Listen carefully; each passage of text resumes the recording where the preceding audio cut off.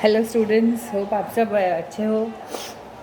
हमने लास्ट आपका चैप्टर 9 तक कंप्लीट किया था, तो आज से हम चैप्टर 10 स्टार्ट कर रहे हैं। वो है आपका रूल ऑफ 3। नाउ ये पर्सनली मेरा बहुत फेवरेट चैप्टर है, आप लोगों को भी मज़ा आएगा। देखिए ये चैप्टर में क्या है बेसिकली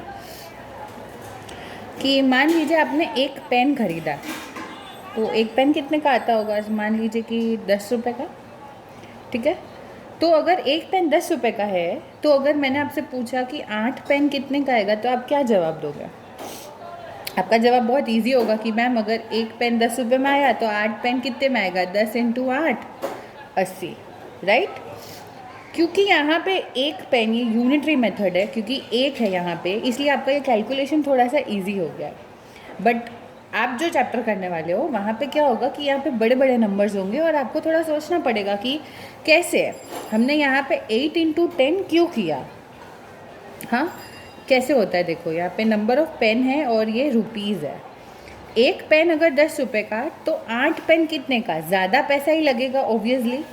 तो हम इसमें क्या करेंगे, दो प्रोपोर्शनल होते, एक होता है डायरेक्ट प्रोपोर्शन और एक होता है इनडायरेक्ट या फिर इन्वर्स प्रोपोर्शन। हम दोनों करेंगे कि दोनों में कैसे सॉल्व किया जाता है सम्स, लेकिन ये समझेंगे कैसे कि कौन सा प्रोपोर्शन है। तो देखो, एक बड़ा है कि 8 बड़ा है ना, तो हम एरो को 8 की तरफ डालते हैं। और यहाँ पे एक पेन 10 रुपये का, तो 8 पेन आपको नहीं पता कितने का है, लेकिन आप बोल सकते हो ना कि 8 पेन के लिए ऑब्वियसली ज़्यादा पैसे लगेंगे। तो ये 10 और जो ज़्यादा पैसे लगेंगे, इन दोनों में कौन सा बड़ा हुआ? नीचे वाला ही आंसर बड़ा होगा। तो यहाँ पे भी मेरा एरो नीचे की तरफ मैं डाल रही हूँ, क्योंकि नीचे वाला बड़ा होगा। अगर ऊपर वाला बड़ा होता तो मैं एरो को ऊपर शिफ्ट करती, ठीक है ना। दोनों एरो एक ही डायरेक्शन में जा रहा है, देखो दोनों नीचे ही जा रहे हैं। सो इट मीन्स कि ये डायरेक्ट प्रोपोर्शन है। जब दोनों एरो एक ही डायरेक्शन में जा रहे हैं तो वो डायरेक्ट प्रोपोर्शन है, और एक एरो नीचे एक एरो ऊपर होने से वो हो जाएगा इनडायरेक्ट या इन्वर्स रिलेशन। सिंपल, ठीक है। तो यहाँ पे आपका क्या हुआ? डायरेक्ट प्रोपोर्शन हुआ। डायरेक्ट प्रोपोर्शन में क्या होता है, ये जो 10 है, ये 10 के साथ ये नीचे वाला फर्स्ट नंबर ऐड हो इनटू हो जाता है, और ये जो ऊपर वाला है, जो ऊपर वाला यूनिट है, वो नीचे हो जाता है, वो डिवाइड में चला जाता है। सो बेसिकली क्या हुआ, 10 इंटू 8, ये 1 जो हो गया वो नीचे हो गया। So divide by 1 is 80।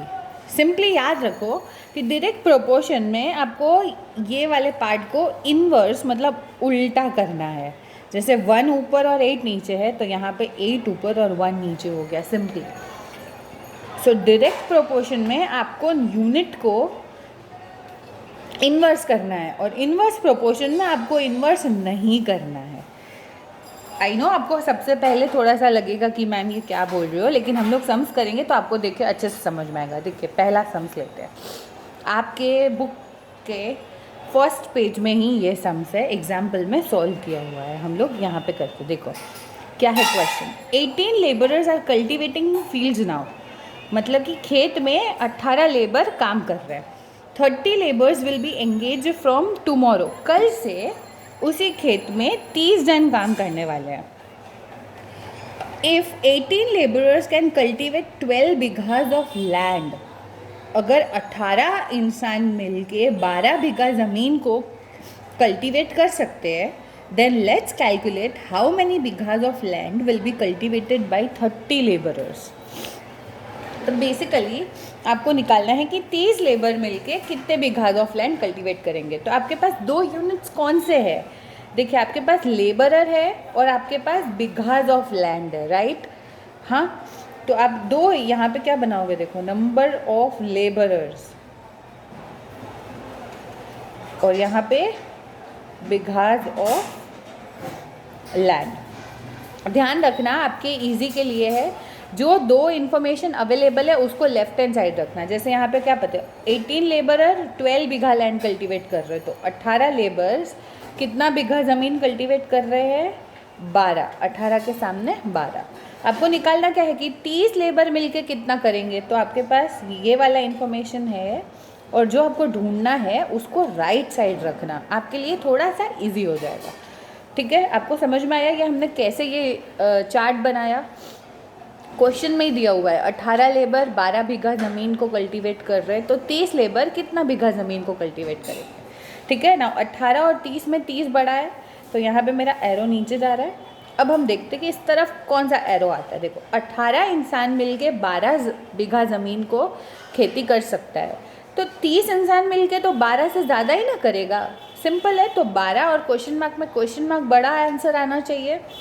तो फिर से मेरा एरो नीचे, देखो दोनों एरो का डायरेक्शन सेम है, इसका मतलब कि ये कौन सा प्रोपोर्शन हुआ, मेरा डायरेक्ट प्रोपोर्शन हुआ। तो हम पहले स्टेटमेंट लिख लेते हैं, इसको हम मानेंगे x। So let 30 laborers can cultivate x bighas of land. Right, हम एज्यूम कर रहे हैं कि इसका आंसर x हो।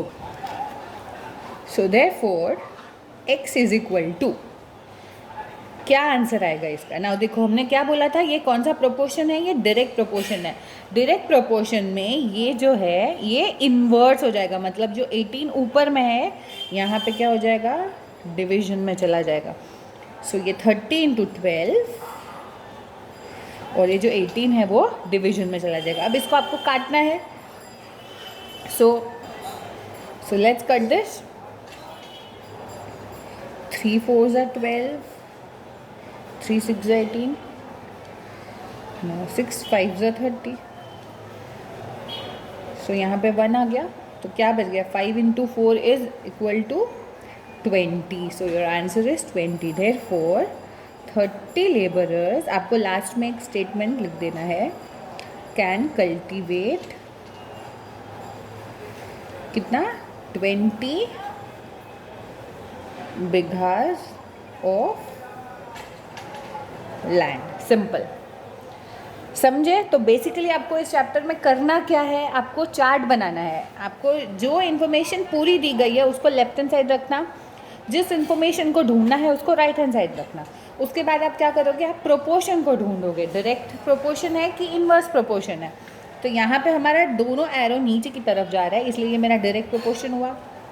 इसके बाद हम क्या लिखेंगे, statement, and then we will find out the answer by applying the proportion. यहाँ पे क्योंकि डायरेक्ट प्रोपोर्शन था इसलिए हमने ये यूनिट्स के साथ क्या किया, हमने ये यूनिट्स को उल्टा कर दिया। सिंपली मैं ऐसा बोलती हूँ, बट एक्चुअली क्या होता है, 30 इंटू 12 और ये जो 18 है वो नीचे चला जाता है। Simple, fine. Let's do the next sum. देखिए नेक्स्ट सम में क्या है, a function is going on in Razia's house. Razia के घर पे कोई फंक्शन चल रहा है। So food has been arranged for 7 days for 15 person। तो 7 दिन के लिए खाना बनाया गया है, कितने लोगों के लिए, 15 लोगों के लिए, बट 21 persons हैव कम। अब जो फंक्शन चल रहा है उसमें 15 की जगह 21 लोग आ गए। तो let's calculate for 21 persons will last how many days the same food. जो खाना बनाया गया है 15 लोगों के लिए, राइट, वो अब 21 लोग अगर खाएंगे तो कितने दिन वो खाना चलेगा। तो हमारे पास क्या क्या इन्फॉर्मेशन है, पर्सन्स है और डेज़ है। हमें ढूंढना क्या है, डेज़ ढूंढना है। तो हम डेज़ को राइट साइड लिखते हैं, नंबर ऑफ डेज़, यहाँ पे होगा मेरा नंबर ऑफ पर्सन्स। सो 15 लोगों के लिए 7 दिन का खाना है, तो 21 लोग वही सेम खाना कितने दिन में खाएंगे, राइट। अब देखो ये क्या है, सो 15 और 21 में 21 बड़ा है, तो मैं एरो 21 की तरफ डाल रही हूँ। अब 15 लोग 7 दिन में खाना खाएंगे, तो वही सेम खाना अगर 21 लोग खाएंगे तो मेरे दिन तो कम हो जाएंगे ना, क्योंकि ज़्यादा लोग हैं तो जल्दी खाना ख़त्म हो जाएगा, तो कम दिन चलेगा वो खाना। तो 7 और ये क्वेश्चन मार्क में 7 बड़ा हो जाएगा, क्योंकि नीचे का आंसर तो कम आने वाला है। तो मेरा यहाँ पे एरो चला गया ऊपर, क्योंकि 7 मेरा बड़ा है, समझे। देखो अब एरो ऑपोजिट डायरेक्शन में है, तो ये कौन सा प्रोपोर्शन हुआ आपका, इनवर्स प्रोपोर्शन या इनडायरेक्ट प्रोपोर्शन हुआ। मैं इसको x मानूंगी। So let 21 persons can eat the food for x days। Fine. So therefore x is equal to, now ये इन्वर्स प्रोपोर्शन है. इन्वर्स में मैंने आपको बोला था इन्वर्स नहीं करोगे, मतलब 15 ऊपर और 21 नीचे, तो यहाँ पे भी वैसे ही होगा. और ये 7 तो ऊपर में इंटू हो जाएगा. नाउ कट करते हैं. 7 1 ज़ा 7, 7 3 ज़ा 21, 3 1 ज़ा 3 3, 5 ज़ा 15. सो योर आंसर इज 5. देखो आंसर कम आ रहा है, ऑब्वियस है. 21 लोग अगर खाना खाएंगे तो कम ही दिन में खाना ख़त्म हो जाएगा. So therefore 21 persons can eat the food for 5 days. Simple. Okay, so हमने अभी तक एक डायरेक्ट प्रोपोर्शन किया और एक इनडायरेक्ट प्रोपोर्शन किया. हम आगे बढ़ते हैं. देखो नेक्स्ट है question number 3. Now I have bought a dozen of exercise books from the Banerjee book stall of our locality for ₹90 only. Okay, तो मैंने क्या किया है, बैनर्जी बुक स्टॉल से 1 डज़न बुक्स खरीदी है. कितने रुपए में? 90 रुपीज़ में. Let's calculate the price of 8 such exercise books. अब अगर 1 डज़न बुक्स 90 रुपए की है तो 8 बुक्स कितने की? तो मेरे पास क्या क्या है, देखो बुक्स, मेरे पास है क्वांटिटी ऑफ बुक्स या नंबर ऑफ बुक्स, और यहाँ पे है अमाउंट, मतलब कि रुपीज़ में. फाइन. तो मेरे पास 1 डज़न बुक है. 1 डज़न बुक कितने की? 90 रुपीज़ की. तो मुझे ढूंढना है कि 8 बुक्स कितने की है. अब देखो यहाँ पे गड़बड़ क्या है, जब भी आप रूल ऑफ 3 करो या यूनिटरी मेथड करो, आपको ध्यान रखना है कि दोनों यूनिट्स सेम होने चाहिए. अब हम ऊपर में क्या लिखे, देखो 1 डज़न लिखे और नीचे मेरे पास 8 है. 8 को तो हम डज़न में नहीं लिख सकते क्योंकि 8 तो नंबर है, पर मैं 1 डज़न को नंबर में कन्वर्ट कर सकती हूँ. राइट, समझ में आया? तो ये दोनों यूनिट्स आपका, अगर ये डज़न है तो मेरा नीचे भी डज़न में ही मुझे लिखना पड़ेगा, तब भी मैं प्रॉपरली सम सॉल्व कर पाऊँगी. राइट, अगर मैं यहाँ 90 रुपीज़ लिख रही हूँ तो मेरा आंसर भी रुपीज़ में ही आएगा, पैसे में नहीं आएगा. अगर आपको पैसे में आंसर लाना है तो आपको ऊपर भी पैसा लिखना पड़ेगा. समझे? तो यहाँ पे मैं 1 डज़न तो लिख सकती हूँ, लेकिन 8 को तो मैं डज़न में कन्वर्ट करना मुश्किल है. राइट, वो फ्रैक्शन का झमेला होगा. तो बेटर है कि मैं 1 डज़न को नंबर में कन्वर्ट कर दूँ. तो मैंने 12 पीस में कन्वर्ट किया, तो यहाँ पे मेरा यूनिट है पीस. क्लियर? सो 12 पीस 90 रुपए के, तो 8 पीस कितने के? अब देखो 12 और 8 में तो 12 बड़ा है, तो मेरा 12 की तरफ एरो जाएगा. अब आप लॉजिक लगाओ कि अगर 12 कॉपी 90 रुपए में आती है तो 8 कॉपी तो कम ही रुपए में आएगी. राइट, तो मेरा 90 बड़ा हुआ ना, 90 और इससे मेरा 90 बड़ा होगा, तो मेरा एरो ऊपर. अगेन देखो सेम डायरेक्शन में एरो है. तो ये कौन सा प्रोपोर्शन हुआ? डायरेक्ट प्रोपोर्शन हुआ. तो मैं इसको x लेती हूँ. लेट 8 एक्सरसाइज बुक्स, मैं ये कर रही हूँ ना, 8 बुक कितने की आएगी? So let 8 exercise books can be bought for ₹x. Right, so therefore x equal to, direct proportion में क्या करना है आपको? इन्वर्स करना है. याद रखो. तो ये जो 12 ऊपर है वो चला जाएगा नीचे, और बाकी ये 8 इंटू 90 सिंपली. ओके, सो 4 2 ज़ा 8, 4 3 ज़ा 12, 3 1 ज़ा 3, 3 30 ज़ा 90. So 2 into 30 is 60.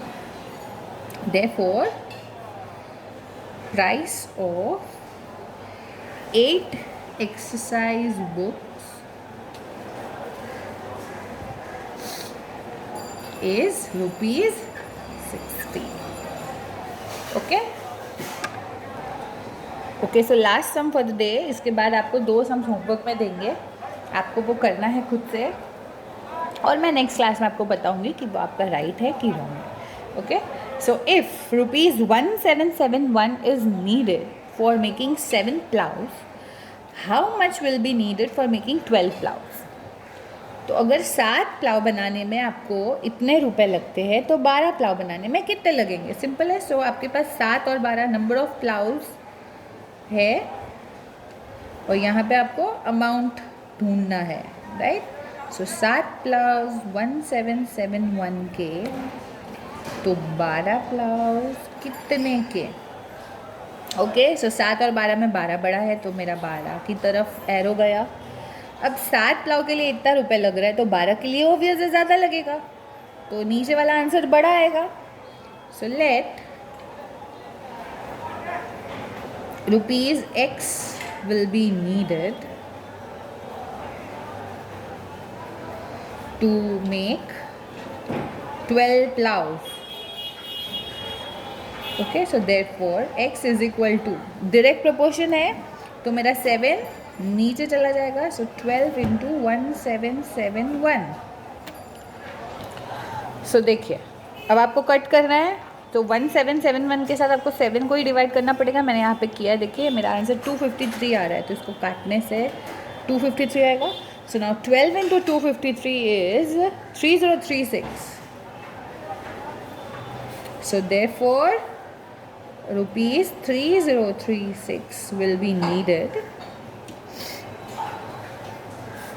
to make 12 plows. Okay, that's all. अब आपको जो करना है वो है, let's work out 10.1 का question number 1 and 2. Okay, complete this.